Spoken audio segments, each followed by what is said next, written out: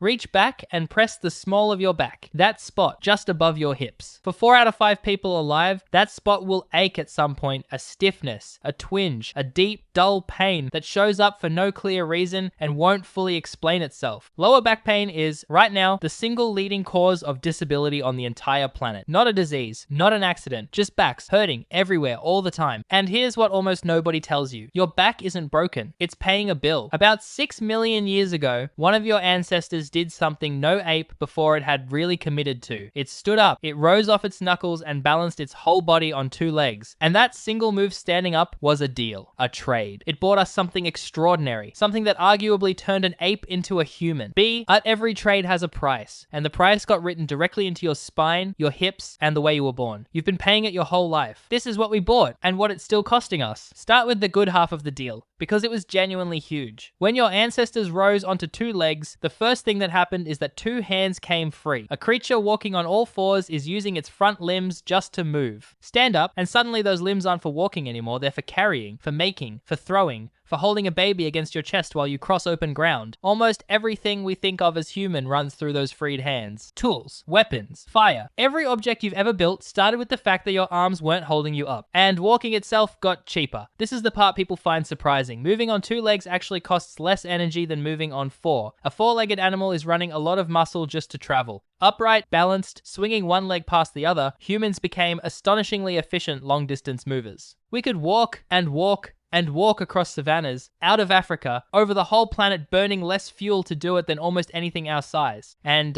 you got height. Standing up, lifted your eyes above the grass. You could see a predator coming, spot food, read the land. Some researchers think it even helped with heat less of your body facing the midday sun, more of it up in the moving air. Free hands, cheap travel, a view. That is an incredible set of gifts. That is most of what made us us. But now turn the receipt over, because there was one part of the body that was never designed for any of this, the spine. Think about what a spine is actually for in a 4-legged animal. It runs horizontally, front to back, like the span of a bridge, and the organs, the heavy stuff, the gut hang underneath it, suspended from the arch. That's a beautiful piece of engineering. A horizontal beam with the weight slung below it is stable and strong. For millions of years, that's exactly what your spine was, a suspension bridge, lying flat. Now take that bridge and stand it straight up on one end. That is essentially what evolution did. It took a structure built to be horizontal and rotated it 90 degrees into vertical, and all at once, the physics stopped working. A stack of bones and soft discs that used to hang loads sideways now had to carry the entire weight of your upper body pressing straight down, disc onto disc onto disc, all day against gravity. Evolution's fix was a compromise, and you can feel it in your own back right now. Instead of a straight column, your spine was bent into an S, a set of curves that lean your weight back over your hips,